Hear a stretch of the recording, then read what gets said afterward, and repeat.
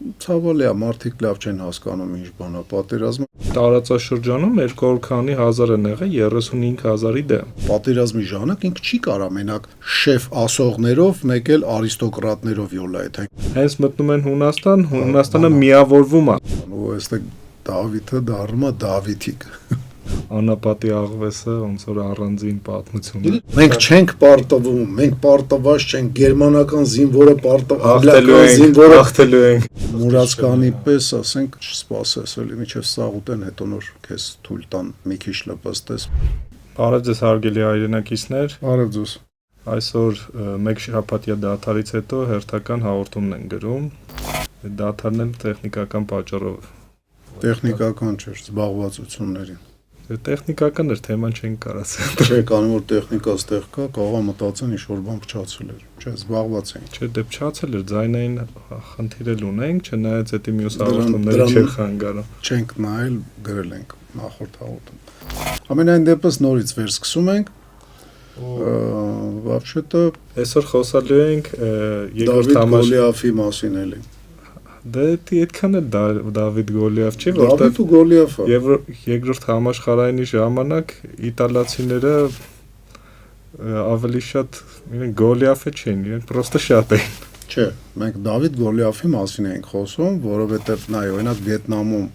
վիետնամական զորքերի մասին երբ որ խոսում էինք, ուրիշտեղ վիետնամացիք մրջումի պես շատ էին։ Իստեղ եղել, ասենք, վիետնամական spetsnaz-նա շատ եսիմ ունդեմ կռվե։ Այնտեղ Դավիթ Գոլիաֆի դերերը փոխվել է։ Ըս էլի Դավիթ Գոլիաֆի մասին է։ Չէ, իմ ասած այն էր, որ իտալացիք ոնց որ առաջին համաշխարհայինը չեն կարող խաղան։ Շատ անտաղան զինվորական։ Ես այնքան էլ կոետ համաձայն չեմ, նման սխալ կարծիքներ կա նաև ֆրանսիական զորքերի մասին։ Չէ, դե կարգ մինիմում առաջին համաշխարհայինում ֆրանսիացիները շատ լավ են իրենց դրսևորել, իսկ իտալացիները առաջին համաշխարհայինից սկսած իրենք չնայած առաջին համաշխարհայինին են ստացվում, որ հասկացան ով է հաղթում, կպան իրան ուղակի։ Եթե Իտալիայից վերցնենք, կարելի առանձին մի հատ Իտալիայի մասին հաղորդում գրել, բայց կարելի է չգրել, բանը իտալացիք միացան ու եսիմ ինչ չկարացան անեն, էլի այն հայտնի կարծեմ Իզոնցո, չէ, ասենք այդ ճակատամարտերը, մի քանի ճակատամարտ ա եղել, այնտեղ ոչ մի հաջողություն չեն ունեցել, նույնիսկ խելահեղ գործողությունների ժամանակ մի երիտասարդի են աճացրել, որը իրանց դեմ պայքարում էր փոքրաթիվ զորքերով չէ, ասենք մի 30 հոգով մի քանի 100 հոգի, հետո մի 200 հոգով 10,000 հոգի սենց պլեններ ավ եկալ, ես Ռոմելի հետ եմ, Ռոմելի հայտնի գեներալ Ռոմելը, որը որ գեներալ ֆելդմարշալի կոչում ստացավ Հիտլերի կողմից, ինքը այդ ժամանակ աճեց էլի, ու այդ իտալացիների դեմ կռվելուց Ալպերում դրա հիման վրա գիրքը անգամ գրել, կարծեմ հետևակը գրողում է, հա։ Բայց երկրորդ համաշխարհայինի ժամանակ իտալացիներին դե շատ էին ձեռառնում։ Առաջի համաշխարհայինի ժամանակ երկու զորք կար, որոնց պատերազմի մեջ մտնելը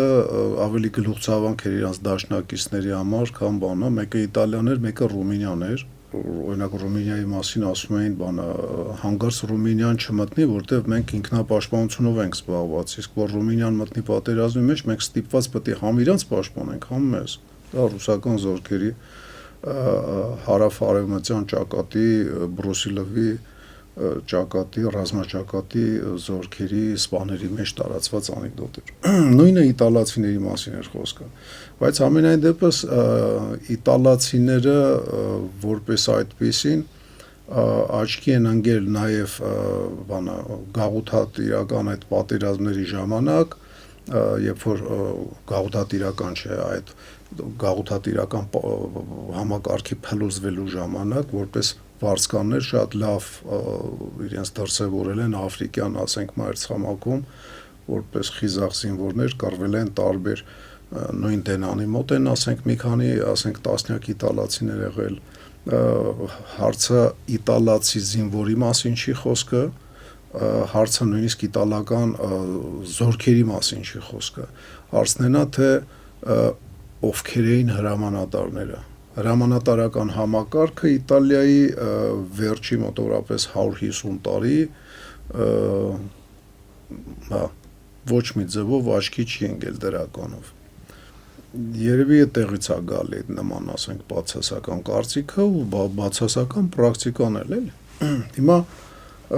իտալական զորքերի հետ կապված խոսենք, որտեղ իտալացին Միջև խոսելը մեր դիտողներին հիշացնենք, որ լայքեր, դիզլայքեր, հետևել, այդ սաղ կարևոր է, ամբողջ կոմպլեքսը կարևոր է այս հաղորդումների համար, դետքի համար, ոմայի համար, շատ ցանկալի է, որ ակտիվ լինեք, մասնակցելու, մենակ լայքելով չեք պրծանի, так что որ մենակ դիվանային, ասենք, բանա, հայրենասիրություն է դրսևորում, բազմոցային։ Մարդիկ կան կաղա ուրիշ ձև չեն կարողանում, Ես վատ ձևով դա չեմ ասում, որովհետև ես էլ, ասենք, երկար ժամանակ բազմոցի վրա եմ, ասենք, հայրենասիրությունս դրսևորել, մոտավորապես 2000-ական թվականներին։ Так что հասկանում եմ դա ինչա նշանակում։ Համենայն դեպս դետքը ձեզանից ակտիվ գործողություններ չի պահանջում, դետքին աջակցությունը իսկ ոմայում պահանջում է։ Ոմային պիտի մի քիչ ավելի ակտիվ մասնակցեք ոմայի գործերին։ Հա, նոր պարապմունքն նոյեմբերի կեսերից է սկսելու 17-ին, եթե չեմ սխալվում, մեկամսյա դասընթաց է,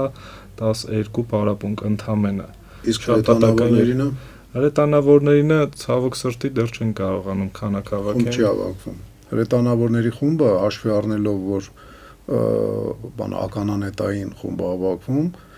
շատ փոքրաթիվ մարդիկ պիտի ավակվեն։ Ցավալի է, մարդիկ լավ չեն հասկանում ինչ բան է պատերազմը, նույնիսկ չեն հասկանում, ասենք, հրետանուն ինչ պիտակավորել են դեռևս առաջի համաշխարհայինից, մինչև օրս, ասենք, այդ պիտակը տեղին է, պատերազմի աստված են ասում հրետանուն։ Բանը ականանետը իհարկե ամենաթեթև հրետանին է, բայց ամենայն դեպս ինքն էլ այդ դիցարանի մեջ տեղ զբաղացնում էլի հրետանային։ Լավ, երևի խոսանք Ալբանիայի վրա, Ալբանիայից Հունաստանի վրա հարձակվելու, կարճ մի հատ ռեմարկ անեմ, ուրեմն Ալբանիան ժամանակին դեմոկրատական ընտրություններով հաղթեց Զոգո անունով մի հատ ավանտյուրիստ, որը հետո տարբեր մանիպուլյացիաներով խաղեր արեց ու դառավ ինքնիշխան ղեկավար, հետո իրան թագավոր հռչակեց։ Բայց այնքան ապաշնոր էր ղեկավարում Ալբանիան, մշտապես այնտեղ ցեղեր կային, ցեղախմբեր կային, պահպանված դեռևս, ասենք, վաղ ժամանակներից, այդ ցեղախմբերը բաժանի եւ տիրի այդ սկզբունքով էր ղեկավարվում, մուսուլմանների եւ քրիստոնյաների մեջ բաժանելու այդ խաղերով էր ղեկավարում, դա լավ բանի չբերեց, վերջը տեսավ, որ չի կարող ղեկավարի, իտալական բանի տակ մտավ, պրոտեկտորատի տակ մտավ եւ դեռևս առաջի համաշխարհային պատերազմը չսկսած Ալբանիան Իտալիան գրավեց, կարծեմ երկրորդ համաշխարհային։ Հա, երկրորդ համաշխարհային 39 թվականին է, 39-ի, բայց երևի գարնանը կամ ամռանը։ Դեռ Լեհաստանի վրա հարձակումը չէր եղել, եթե չհաշվենք Աբիսինիայի, Էթիոպիայի եւ Չինաստան-Ճապոնիա պատերազմները, եթե չհաշվենք որպես երկրորդ համաշխարհայինի սկիզբ, փաստորեն Ալբանիան կարելի ասել օկուպացվեց դեռևս երկրորդ համաշխարհայինից առաջ եւ դա դարավ պլացդարմ բանի վրա հարձակվելու համար, Հունաստանի վրա հարձակվելու։ Հա, բայց երևի Հունաստանը երկրորդ մասն է, որտեղ ավելի շուտ Աֆրիկյան ֆրոնտում են սկսել։ Հա, որ հուլիս-օգոստոս 40 թիվ Աֆրիկյանում են սկսել։ Այն էլ սեպտեմբեր կարծեմ։ Այնի հոկտեմբերի վերջ։ Հոկտեմբերի վերջ։ Հոկտեմբերի 28-ին, եթե ավելի կոնկրետ։ Դե բանը Աֆրիկյանն էլ մոտավորապես նկարագրեմ, ռեմարկ անեմ, սենց կարճ։ Ուրեմն դեռևս 10 թվականի կողմերը, 1 տարի են կոմեսկո,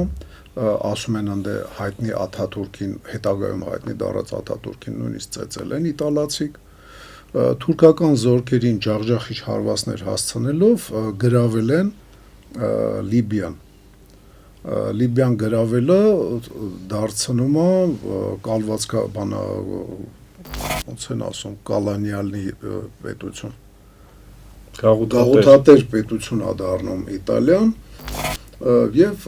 դրա հետ միասին, ասենք, Էրիտրեայի հարցն ա լուծում, Էրիտրեայից էլ, ասենք, հետագայում Էթիոպիան դրանից մի 20 տարի հետո, այդ 20-25 տարի հետո Էթիոպիան ա վերցնում, այդ վաղ Աբիսինիա էր կոչվում, կայսրը փախնում ա Սուդան, Սուդանը համատեղ բաներ եգիպտա-անգլիական ոնց որ ասած տարածքեր են դեպքում որ Եգիպտոսը յանիմ անկախ էր իրականում անգլիական էլի պրոտեկտորատի տակ փաստացի կառավարման տակ էր գտնվում ուրեմն այդ Աբիսինիան երբ որ վերցնում է Էրիտրեան ինքը Էթիոպիայի միջոցով գալիս իտալական Սոմալիին ա միանում եւ ինքը բավականին մեծ տարածություն ա զբաղեցնում այդտեղ փոխարքայի պես այնպես մի հատ մեծ պաշտոն ա ունենում արքայական տոհմից մի իշխան դուքս գերցог որը այդ տարածքի գլավնակոմանդուющին ա լինում դրա մասին շատ քիչ բան ա հայտնի մարտերը բան որովհետեւ եվրոպական եվրոպցենտրիկ ա պատմողագրությունը 20-րդ դարի ամեն ինչը եվրոպականի ազդեցության տակ են նայում, նույնիսկ ասենք Հեռավոր Ասիայի հնդկաչինի պատերազմները Անգլիայի, չգիտեմ, կիսա Անգլիա Սինգապուրի հետ են կապում, Ավստրալիայի, Ամերիկայի, բայց այդ եվրոցենտրիկ լինելը արևելյան Աֆրիկայի այդ պատերազմների մասին շատ բան չի խոսում պատմությունը, բայց ամենայն դեպս մենք տեղյակ ենք, որ այդ պատերազմը, որի մասին չի խոսվում, մի տարի դիմադրեց գրեթե անգլիական շրջապատման մեջ գտնված այդ դուքսը մի տարի դիմադրեց այդ բանին իտալական հարձակումներին ու այնտեղ Դավիթ Գոլիաֆի դերը չէր կարացել ինքը խաղար, որտեղ ինքը ուներ քիչ զորք համեմատ այդ իր շրջապատող Անգլիայից, բայց վերցնելով գաղութի բնակիչներին ծառայության գալիս հավասարի ա կայանում։ Դրա համար այդ պատերազմը ոնց որ ասած մեզ ավելի շատ ավելի կայանում։ Անգլիացիները հենց դարսի պես 40 թվականի այդ սկզբին Եգիպտոսում նորմալ իրենց սաղ ուշադրությունը մերձավոր արևելքում էր, այնտեղ են կենտրոնացրել ուժերը Աֆրիկայի վրա համարյա զորք չունեին։ Ես նկատի ունեմ այդ բանի իտալական Սոմալի եւ Էրիտրեայի, Էթիոպիայի զորքը այդքան շատ չէր անգլիացիներից, ինքը մոտավորապես բալանսի մեջ է։ Բայց բերել են իրենք։ Բերել են, բայց այդ զորքերը, որ բերում էին, ավելի շատ ուղում էին, ասենք, դեպի Լիբիայի, Եգիպտոս-Լիբիայի սահմանի վրա, ոչ թե տեղ էին թողում, որովհետև դա համարվում էր ավելի կարևոր կետ եւ այդտեղ ոնց որ ասած վայրենիներով էին յոլա գնում։ Թե իտալացիները, թե անգլիացիները, то есть անգլիացիները Կենիայի տեղացիներին էին վերցրել պատերազմի մասնակից, նույնպես հնդկական Հնդկաստանից զորքեր կային, այդտեղ քիչ թե շատ մասնակցող, բայց մեծ մասը եվրոպական զորքերի կամ Եվրոպայի եվրոպացիների, որոնք որ ապրում են Ավստրալիա, Նոր Զելանդիա, իրանք բոլորը ուղղվել են բան դեպի Իտալա եգիպտական, Լիբիա եգիպտական սահմանի կողմ կռվելու եւ այնտեղ Անգլիան սկզբից եղել է բան վիճակում, Դավիթ վիճակում։ Շատ քիչ են սկզբնական զորքերը ընդհանուր Եգիպտոս-Սուդանի, չէ, Եգիպտոսի հատվածում 35,000 են գնահատվում։ Դե բաներն է հաշված գաղութի զորքերով, իսկ են դրանք 200 քանի հազար են։ 200 քանից ընդհանուր էին։ Ընդհանուր, հա, բայց դե տարածաշրջանում 200 քանի հազար են եղել 35,000-ի դեմ, որից կեսից ավելին եթոպիացիներ, Սոմալի բանձիտներ, դա նույնիսկ իրանց բաների մեջ այդ բանդա է կոչվել Սոմալիի ստորաբաժանումները։ Դե որովհետև բանդա դա բան իտալերեն մի քիչ ուրիշ հնչողություն եւ նշանակություն զինվորական առումով ինքը բանա խումբ բարի իմաստով է օգտագործվում, հիմա ոնց որ ասես հատուկ նշանակության խումբ չէ, հատուկ նշանակության բանդա։ Դե Սոմալին հաշվի առնելով որ միջև հիմա պիրատությամբ է զբաղված, ծովահենությամբ։ Հա։ Դրա համար այդ բանդա մոտը շատ է տպավորում։ Այ բանը անգլիացիները լինելով կայսրություն, լինելով եսի մի ինչ բան, իրանք էլ հաճախ ղեկավարության բանի հարցում եթե պետական ստրատեգիական ուղղությունների բաների sense ինչ-որ մտքեր իրանց ված չէր աշխատում, հեռավոր պլաններ, բայց մարտի դաշտի հետ կապված, ասենք տակտիկա օպերատիվ ուղղությունները բան, քամել խելամիտ չէին բան արել։ Օրինակ դրա վառ օրինակն է այն, որ մի հատ նորմալ տանկ չի եղել, ասենք Եգիպտոսում, որը որ 38 թվականների վերջին համապատասխանում է։ Առաջի խելամիտ ոնց որ ասած տանկերը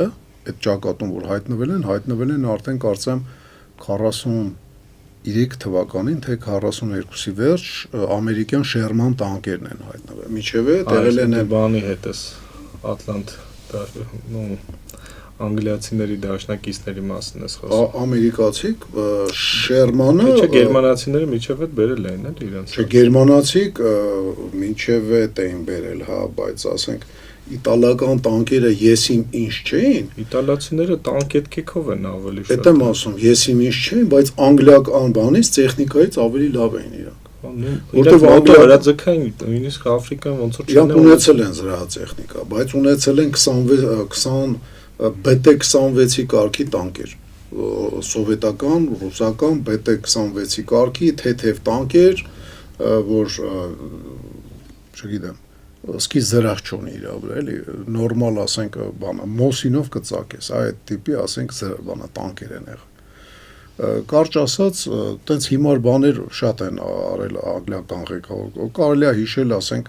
մի քիչ թեմայից դուրս է, բայց այնքան էլ չէ, որտեղ միջերկրական ծովի շուրջ պայքարի մասին է խոսքը,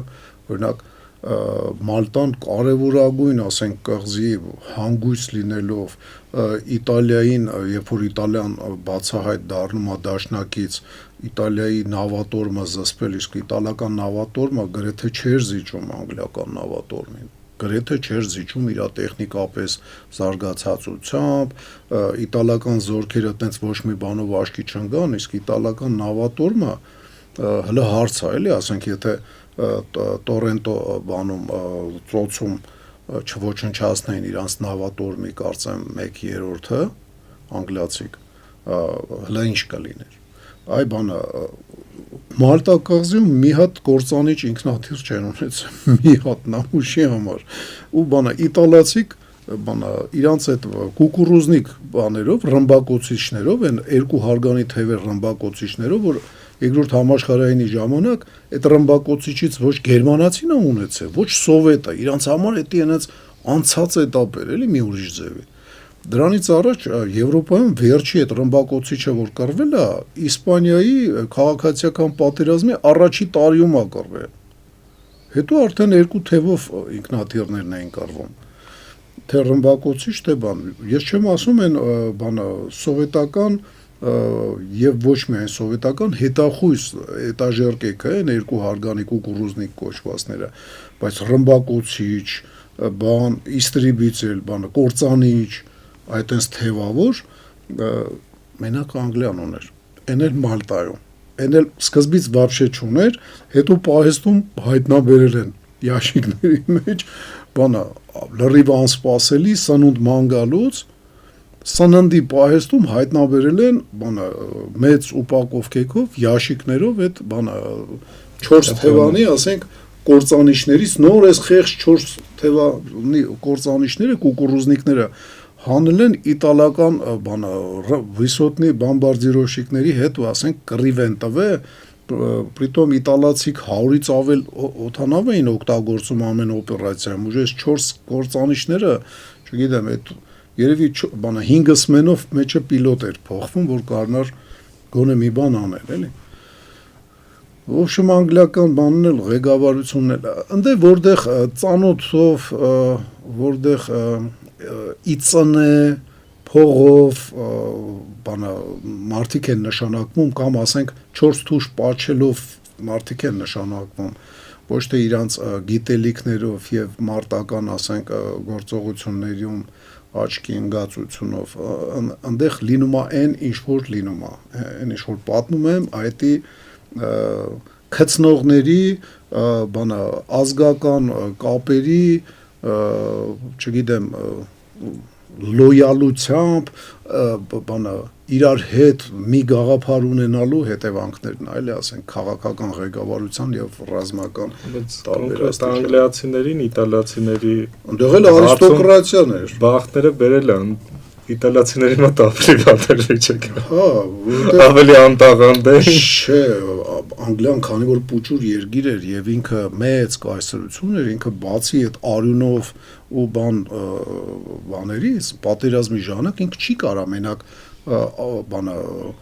շեֆ ասողներով, մեկ էլ արիստոկրատներով յոլայթ, ինքը ստիպված ցանկացած խելացի մարդ սկսում է վերցնել։ Եվ այդ ցանկացի խելացի մարդը վերում է անդրան, որ անգլիական կայսրություն է ձևավորվում, ասեմ քեզ, եւ պահվում է այդ կայսրությունը։ Հենց խաղաղ պայմաններ է սկսում, այն մարդիկ, ովքեր որ խելացի են, հետո են քաղաքացիական, մնում են շեֆ ասողները, մեկ էլ ազգական քավոր սանի կապ ունեցողները, մեկ էլ քաղաքական ուղին կիսողները, ստրատեգիական ուղի կիսողները, իրանք հենց մնում են բանակը քակմեջ առնում։ Արդյունքում անգլիական կայսրությունը տապալվեց։ Շատ շեղվեցինք, բայց գանք ինչին, ուրեմն աֆրիկյան իտալական հարձակումը շատ հետաքրքիր էր, ինքը հարձակվեց մի քիչ ու կանգնավ բանը։ Երբ որ մեծ տարբերություն կար ուժերի կարար առաջ գնար, մեծ դա Դավիթ Գոլիաֆ չէր, էլի, ընդ երկու Գոլիաֆ, մի հատ Դավիթ էր, ու բանը այդ հարձակման ժամանակ եմ ասում, որտեվ անգլիական 35,000-ը ամբողջ Եգիպտոսում էին, ու իրենք Սուեცը պետք է պահեն նաև այդ այսինքն ընդ իրականում 15-ից 20,000 հոգի 15,000-ի վրա արձակվել են 100,000-ից ավել իտալական զորքեր, ու ընդ մարտեր կա, որտեղ էլի 10 անգամ ավել են, բայց 10 անգամ ավելի շատ զո իտալացիներ տալի ու պարտված հետ էր քաշվում։ Բայց դրա պատճառներն կարա լինի։ Զարմանալի է, նորից եմ շեշտում, բայց այդտեղ Դավիթի դերն էր խաղում, իրանց ավանակ ղեկավարության պատճառով, բայց կարողացան զինվորը ու ընդհանրապես պիտի հասկանանք, որ կողքի ընկերոջը կորցնելով զինվորը մի ուրիշ ձևի բան է ձեռք բերում, համառություն է ձեռք բերում, գիտելիք է ձեռք բերում եւ անգլիական զինվորները աչքի ընկան այդտեղ մի ուրիշ ձևի խիզախությամբ, իրանք կարացան կանգնացնեն Էլ Ալամեյնի այդ համարյա բանը Ալեքսանդրիայից երևի մի 100 կիլոմետր չհասած այդ բանը Եգիպտոսի հյուսիսային ամենամեծ քաղաքից են բախտ, ուրեմն մի 100 կիլոմետր չհասած այդտեղ մի կերպ կանգնացնում են ու պահում են Դա առաջի Էլ Ալամեյնն էր, որը որ այդքան աչքի չընկավ, որտեղ իտալացիք համառորեն չէին կռվում։ Հետո անգլիացիք խոշորացնում են իրանց խմբավորումը, դարձնում են 30,000-ով այդ 100 քանի հազարին ծեծելով լարում են այն աստիճան, որ առաջի անգլիական գրողներում ուրեմն սկզբից 10, հետո 30, թե 30 հետո 10,000 իտալացի բան անգնում, գերի անգնում, մոտավորապես այդ գերիներից մի քիչ ավելի քիչ գրողող անգլիացիներին, այն մնացածը սենց հավեսով հետ էին քաշվում, հավեսով էլի ասենք, ում փախնում էին։ Վերջը գալիս են, մտնում են Լիբիայի երկրորդ քաղաքը կարծեմ, թե մոտն են հասնում Բենգազիին, գալիս են այդտեղ են հասնում, իտալացիների վիճակը շատ բարդ, բայց անգլիացին չգիտես խի որոշում է, որ այդ 30-35,000-ը մի քիչ շատ է ու համարյա 2 դիվիզիա, 3 դիվիզիա, բայց թվով 2 դիվիզիա ուղարկում է Հունաստան ուժեղացման։ Այդտեղ հետաքրքիր բան, ու այստեղ Դավիթը դառնում է Դավիթիկ։ Բայց Հունաստան, հիմա որ անցնենք Հունաստանի, անցանք ավտոմատ արդեն էլի։ Հունաստանում նես չի, իրենք դիվիզիա էսկադրիլիան ուղարկե մի քանի ու վсё։ Չէ, ինչ ես խոսում։ Էդի հետո Կրետե կղզին գալի, Իրանք Կրետե կղզի հոտեղից չեն եկել, իրանք էվակուացվել են բանից, Հունաստանից են էվակուացվել։ Ուղղակի այդ 3 դիվիզիա անունով իրականում մոտ 2 դիվիզիա։ Սկզբնական փուլում միջև գերմանացիների գալը, անգլիացիները այնտեղ չեն եղել։ Այդ եմ ասում, իրանք այստեղ հաղթանակներ ունենալուց հետո Ֆրանսիան երբ որ արդեն բան անում, պարտված արդեն մի տարի համարյա չէ մի քիչ պարտված է լինում 41 թվականին հասկանալով որ հույները ծեծում են ու գալիս են մի քիչ կարծեմ մի գունդ անգլիացիների մասնակցությամբ հունական ֆրոնտը ազատագրում ամբողջությամբ Ալբանիան բանա գրեթե ամբողջությամբ ու հասնում է Հարասլավիա հայ-հայա ու բանը Հարասլավիայի Ալբանիայի սահմանը այդ ժամանակ գերմանացին ստիպված միջամտեց իր դաշնակցին փրկելու համար մտավ համ Հարասլավիա երկու ուղությունից համ Բուլղարիայից Ալբանիա իրականում Բուլղարիայից հարձակումը եղավ դեպի Հունաստան եւ Ալբանիա բայց Հարասլավիա ուզած բաները հույները արդեն հետ քաշեցին իրենց ուժերը բայց շատ առաջ են գնում էլի իսկ կարան գանք մի հատ հետ 40 թվականի հոկտեմբերի 28 երբ որ հարձակումը սկսեց մեծ ուժերի հարաբերակցությունը այդ վաղ նշենք ինչքան ա եղել 2 կորպուս 8 դիվիզիայով էդի բաների իտալացիների նա որի մեջ 6 հետևեկային դիվիզիա եղել 1 լեռնահարաձգային ու 1 տանկային 3 առանձին գունդ ընդհանուր 87000 հոգի մարդ ա եղել մոտ 380 ինքնաթիռով ու մոտորապես 160 քանի տանկով 1000 հոգուն մի ինքնաթիռ է, հա, տենց մոտորապես պրոպորցիոն։ 2 կորպուս, որի հարվածային կորպուսը 25-րդ կորպուսն էր 4 դիվիզիայով, որից մեկը տանկային դիվիզիա էր, իսկ հույները մոբիլիզացրել էին այդ ֆրոնտում Ալբանիայի ու Բուլղարիայի դեմը կանգնած էր Ալբանիայի ու Բուլղարիայի դեմը կանգնած էր 120,000 հոգի, 15 հետևակային ու 1 հետյալ դիվիզիա, նայած իրենց քանակները երևի բանը դիվիզիաների տարբեր է, էլի մարդկային քանակները ու 4 հետևակային բրիգադ ունեն, բայց բացի այդ բաներից ունեն նաև օգնող ուժեր 2 հետևակային դիվիզիայի կազմով բացի դրանից գումարած 2 բրիգադ ու 13 առանձնակի գումարտակ ու 6 էլ լեռնահարաձգային գումարտակ, ընդհանուր 27000 հոգի էլ բան ունեն։ Ռեզերվ ունեն, որոնք համալրված են 20 տանկով, 200 հրանոթային համակարգերով ու հրանոթներով եւ 36 ինքնաթիռով։ Ու երբ որ իտալացիները մարդկանց թվերը մոտորապես ինչքան է։ Դե ասացի 87000 հոգի իտալացիներն են հարձակվել։ 87 իսկ հույները այդ կողմը 120000 հոգով են պաշտպանվել։ Նույն ձգված ա եղել էլի, որ նայենք մեր սահմանների շատ երկար ա եղել։ Հա։ Իրանք հոկտեմբերի 20 իտալացին ավելի քիչ էր, քան պաշտպանող հույնը։ Հարձակվելուց ավելի քիչ էր։ Բայց բանը իտալական հարվածային գնդեր, բանը հարվածային ա եղել, ինքը ընդհանուր ճակատ չի պահել։ Հա։ Ու արդեն հոկտեմբերի 28-ին, մինչև 27-ին, եթե չեմ սխալվում, Հունաստանի հետ կապնվում են, ասում են մեզի ձեր կարևոր բաները տվեք, պորտերը տվեք, որտեվ Հունաստանը միջև այդպես նեյտրալոտ վիճակում էր։ Եվ պահանջում է հպատակվի, որպեսզի անգլիացիներին դուրս մղի հունական պորտերից։ Հունաստանը իհարկե հրաժարվում է ու արդեն մի օր հետո սկսում է իրենց իտալական բլիցկրիգը։ Իսկ ինչն է հետաքրքիր, պատերազմը սկսելուց առաջ 39 թվականին գերմանական ֆյուրերին իրանց գերմանացիները զեկուցում են, որ Իտալիան ընդհանրապես պատրաստ չի պատերազմի։ Դու չէին։ Չէ։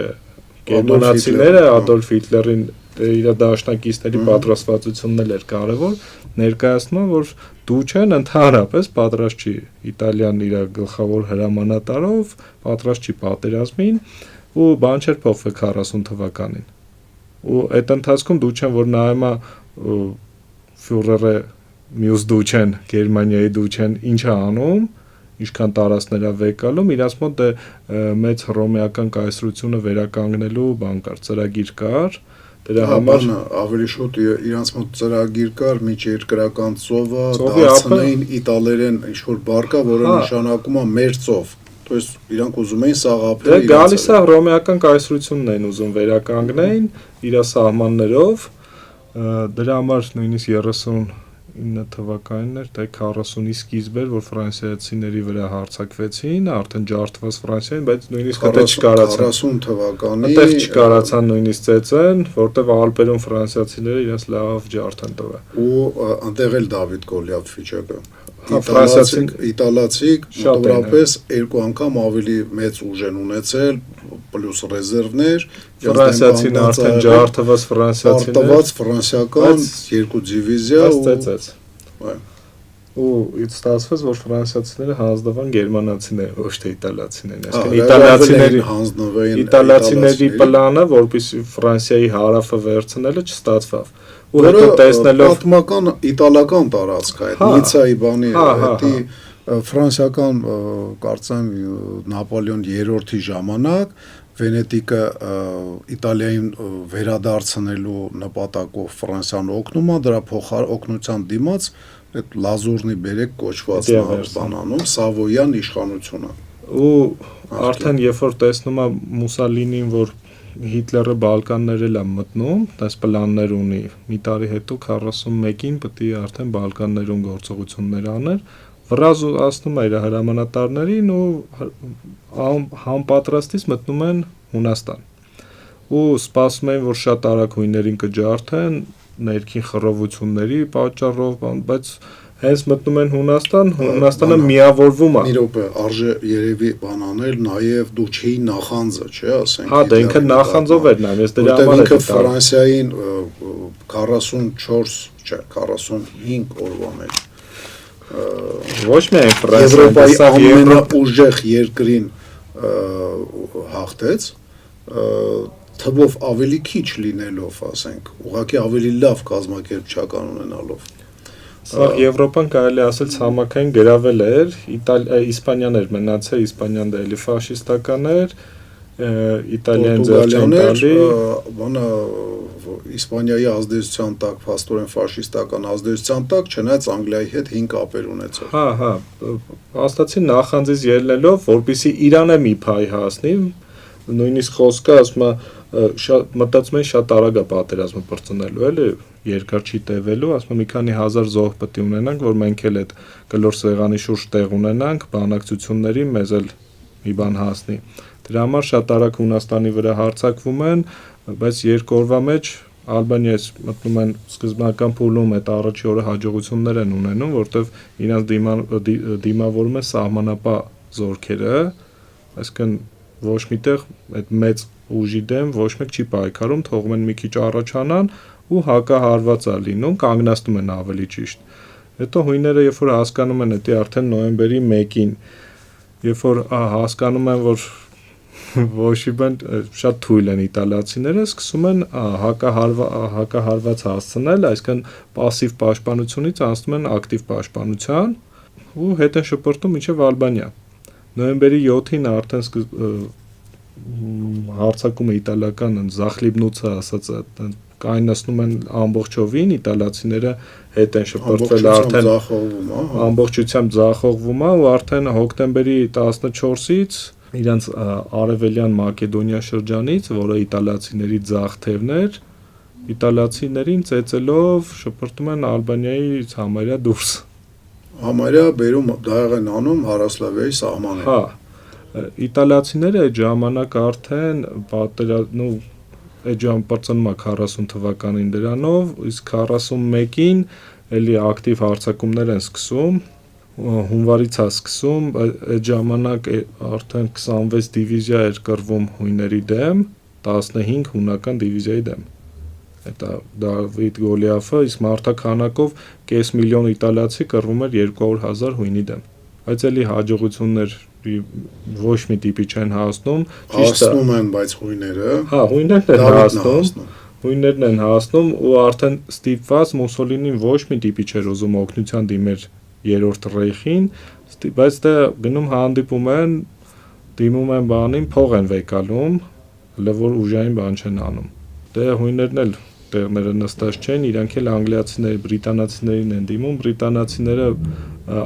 բանով միայն ավիացիայով են օգնում, չնայած նավատորմել են խնդրել։ Ու չնայած արդեն Կրետե կղզում լավ ամրացել էին բրիտանացիները ու ցամաքային շատ քիչ ուժ են այդ էսկադրիլյան երևի պաշտպանելու համար էլի ավելի շատ իրանց ուժերը, չնայած մի 15000 հոգի, եթե չեմ սխալվում, մարդ է եկել։ 15000 հոգին հետո արդեն երբ որ երրորդ ռեյխը խառնվեց, Բուլղարիան դարձավ իրանց դաշնակից, Բուլղարիայից արդեն հարձակումը հենց եղավ, ընդ օպերատիվ չէ, նույնիսկ Ալբանիայում գտնվող հունական ուժերին օպերատիվ շրջափակում էր սպասվում, կարողանում են 3 դիվիզիա, եթե չեմ սխալվում, դուրս է գալի, մեկը մնում է ընդհանրապես շրջափակման մեջ, ֆիզիկապես շրջափակման մեջ։ Ու ստացվեց, որ իտալացիները ոչ մի բան չկարացան հույներին անեն, երբ որ գերմանացիները եկան, արդեն նոր հույների հախից կարողացան գերմանացիներն էլ ոչ թե խիզախաբար կռվել, դե իրաց տանկերի հաշվին է շատ ոչ միայն այնտեղ ավելի շատ, ես կասեի կազմակերպչական, հետևողական հրամանատարական կազմ ձևավորելու շտաբի կառավարելությունը մաքսիմալ ապահովելու շտաբի կողմից զորքերի մտքիցս չի հելնում, էլի, երբ որ ամերիկացիները Աֆրիկա եկան բանը Ռոմելի դեմ կռվելու, գերմանացիները բան դե պարապած չէին, բրիտանացիները չէին ուզում իրանց միանգամից մարտի մեջ։ Չէ, պարապած էին, իրանք արդեն մարտական փորձ չունեն, լավ ունեին, ապե, իրանք արդեն Աֆրիկա եկածները չեն ունեցել։ Ապե, իրանք մարտական փորձ ունեին, իրանք դրանից մի քանի տարի առաջ հսկայական, կարծեմ 1000 հոգանոց Նիկարագուայի բանակն են ջախջախել, թե Սալվադորի չեն հիշում։ Եվ բանը գրավել էին բանը ժամանակավոր։ Բայց շատ շեղվենք բան էին ասում, չէ՞։ Գերմանացիները ասում են ամերիկացիները բրիտանացիների իտալացիք են։ Բրիտանական իտալացիները։ Դե գերմանացիների հետ իտալացիները բեռ էին, ոչ մի բան չէին, մարտականակ էին, ուտող բերան էին, տենց էին համարվում, որտեղ շատ անկազմակերպ էին գերմանացիների համար։ Ու էլի ամերիկական զինվորը դուխը տեղը բավականին լավ մարզված, որտեվ ուսումնական կենտրոնները լարված աշխատել են, ասենք վերբովշնի այդ կայանները, որտեղ հավաքագրում էին զինվորներին, նորմալ դասեր արած, բայց զորքերի կառավարելիությունը 0, հրամանատարական կազմը 0, կարճ ասած, բայց դա զորքերի պարապած լինելը իր զինվորի ցույց տվեց, որտեվ շատ արագ վատ հրամանատարներին հանեցին, փոխեցին, բանակը դասը տվեց ու հանեցին, իմիջիալոց նման բան եղել է նաև, ասենք, սրանից մի 5 տարի առաջ, ստեղից մի 200-300 կիլոմետր հեռավորության վրա, ես նկատի ունեմ Արցախում, շատ արագ հրամանատարներ փոխվեցին, բան ու ամեն ինչ եկավ իր տեղը, գոնե, եթե թղթով համասով հրամանով չէ, գոնե ներքին կարգով։ Անգլիացիների բաների հետ կապված տարաձայնություն ունենք։ Ես իշքան հիշում եմ, թղթով 3 դիվիզիա եղել, որ անգլիացիները Աֆրիկայից տեղափոխել են Հունաստան ամրացած, չէ, թղթով։ Իրականում եղել է մոտ 2 դիվիզիա։ 2 դիվիզիա դա մոտավորապես 22-ից մինչև 28000 մարդ։ Ու բանը Կրետեյում, որ դու ասում ես, բանը այնտեղ մի 15000 եղել, էդի Չէ, Կրետեի մասին թիվ ես չեմ նշում, որտեվ էվակուացիա, որ ասում ես այդտեղից Հունաստանից 15000 ա եղել։ Կարամ սխալվեմ, կարա 30 լինի, իմ մոտ ավելի շատ տպավորվել է, որ իրենք զորքերի մի մասը, ասենք, դե ոչ շատ մեծ զոհվել է, շատ ավելի մեծ քանակ ուրեմն հայտնվել է գերիության մեջ, Հունաստանի տարածքում, թվերի մեջ կարող է սխալվեն, բայց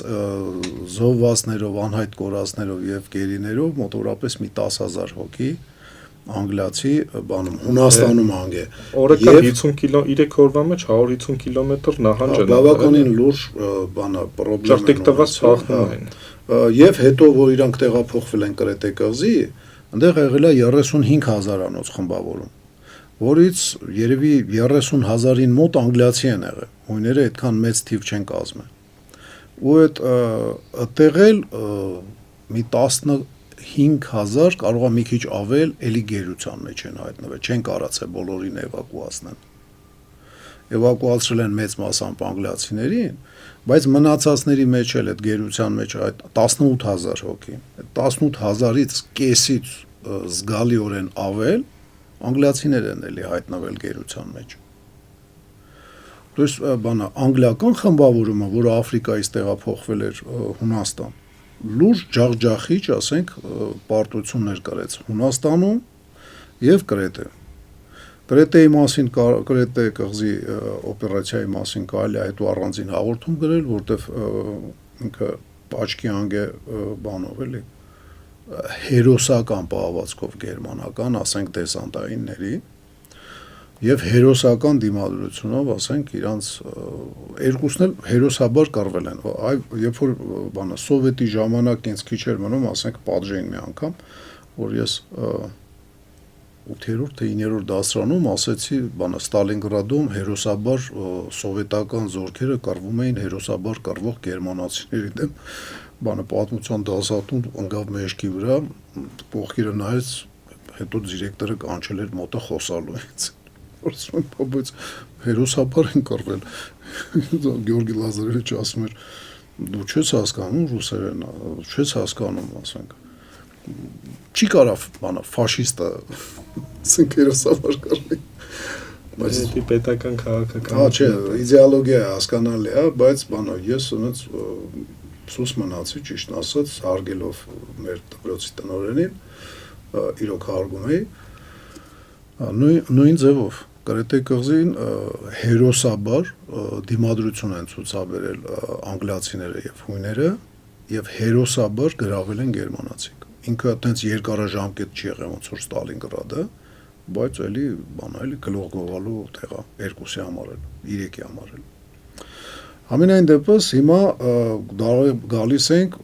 հասնում ենք ուրիշ Դավիթ Գոլիաֆին, Ռոմելին։ Ռոմելը ինքը առանձին պետք է լինել, Ռոմելը անապատի աղվեսը ոնց որ առանձին պատմություն։ Գիտես չէ, Իրան էդի անգլիացական PR-ն է արել։ Անգլիացին Իրան ավելի շատ է PR արել։ Դե պետք է բացատրեն, էլի խի են իրանք ծեծուտում այդքան։ Մենք չենք պարտվում, մենք պարտված չենք, գերմանական զինվորը անգլիական զինվորը հաղթելու ենք, անգլիական զինվորը պարտված չի բան, բայց արա դե այս աղվեսին շատ տաղանդավոր է։ Տաղանդավորին էլի ոչինչ։ Այ իր դեպքում փաստորեն պարտվել է։ Իրականում ինքը որ նայում ես իր պատմությունը առանց թիկունքային ապահովման շատ հաճախ։ Չէ, դե հետո մի հատ առանձին դրա մասին խոսանք, բայց ընդհանուր կարելի է խոսալ, ինչ որ հետո գերմանացիք են գալի Աֆրիկա, որտեղ Հունաստանում փրկեցին իտալիացիներին, հիմա գալիս են փրկեն Աֆրիկայում, որովհետև բանը նախորդ մի 27-28 տարի առաջ գրաված Լիբիան քիչ էր մնում ունիտազի մեջ գցեր ջուր քաշեր, ասենք դու չէ։ Հիտլերը ասեց, այ ապուշ, ընդ Սուեծ փակելու խնդիր կա, Նոր Զելանդիայից, Ավստրալիայից եւ Հնդկաստանից ես հոսքերը, որ չփակենք, մենք կպարտվենք ռեսուրսների պատերազմում, էլի։ Փակել է պետք։ Դրա համար օգնության ուղարկեց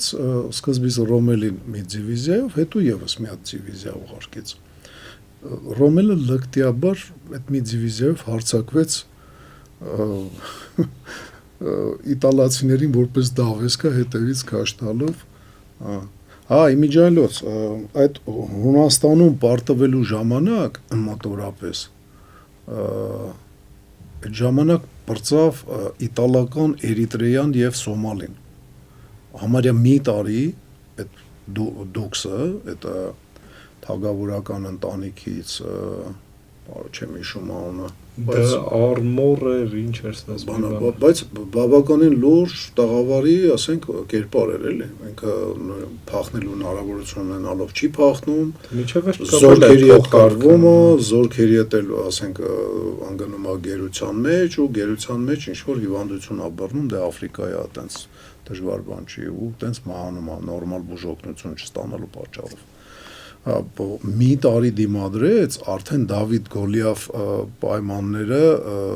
կամաց ստեղծվել էին ու ինքը Դավիթ վիճակում ուղղակի մենք իրան մասին ավելի ռազմոր չենք անում, ոնց որ սկզբից ասեցի, այդքան մանրամասն ինֆորմացիա չկա,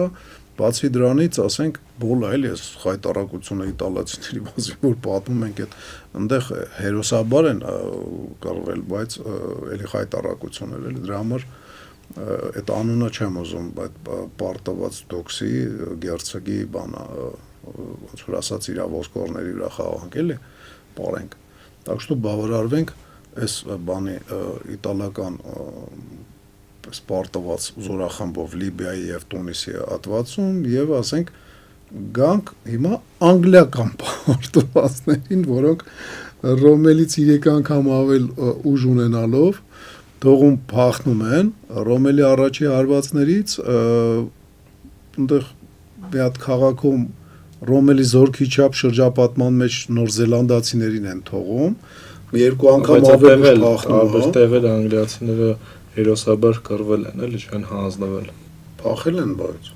ապա եթե Նոր Զելանդացի շրջափակման մեջ մնացած չլինեին հələ հարցը ոնց էր լինելու որովհետեւ չեն կարացել իրանց բանը գրավելու համար հսկայական բանը իր զորքի համարյա կեսը մի քիչ գերմանացիք եւ իտալացիներին են դավեսկա վերցրած բերում շրջապատրում են փորձում են ասենք այդ Նոր Զելանդացիներին կարծեմ Տոբրուկ քաղաքից բանը գրավել չի ստացվում իրանց մոտ ու դա եթե չլիներ հələ հարցա կարող է կահիրել վերցնել Ռոմելը պատկերացրու իր խմբավորման 1/3-ից ավել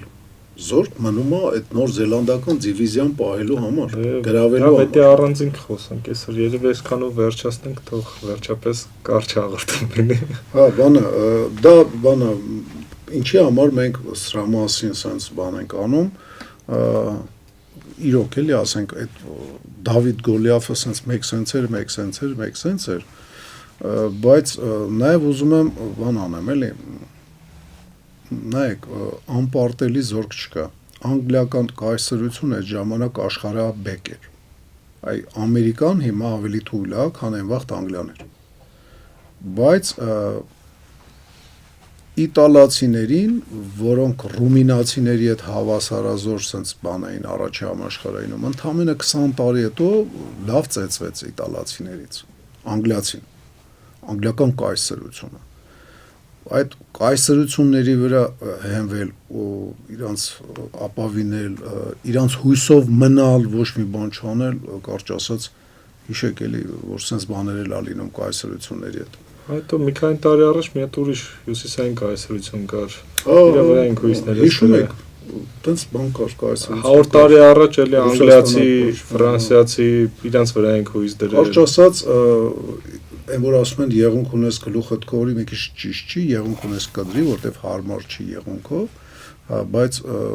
դու պետք է ինքդ էլի քո փայ ճաշի համար, ասենք, աշխարհաբան փողով աստակես սնունդը խանութից է տասառնես։ Պետք է դու քո շերեփը ունենաս, որը թղթի պես, ասենք, չսպասես էլի միջև սաղ ուտեն, հետո նոր քեզ թույլ տան մի քիչ լպստես մնացող։ Խրիմյան հայրիկի օրը ոնց որ չընկնես, գնաս բանակցությունների ու չկանաս բանակցես։ Խոսքով ուժեղ եղեք, ակտիվ եղեք, հարապեք, ամենակարևորը ձեր վրա աշխատեք, որպեսզի հույս չդնեք ուրիշի վրա, այլ հույսը դնեք ձեր վրա, ուրիշն էլ եթե գա ձեր կողքը կանգնելու զուտ դրա պատճառով որ ուժեղի կողքը միշտ կանգնողներ գտնվում։ Ստեսություն։ Հաջողություն ձեզ։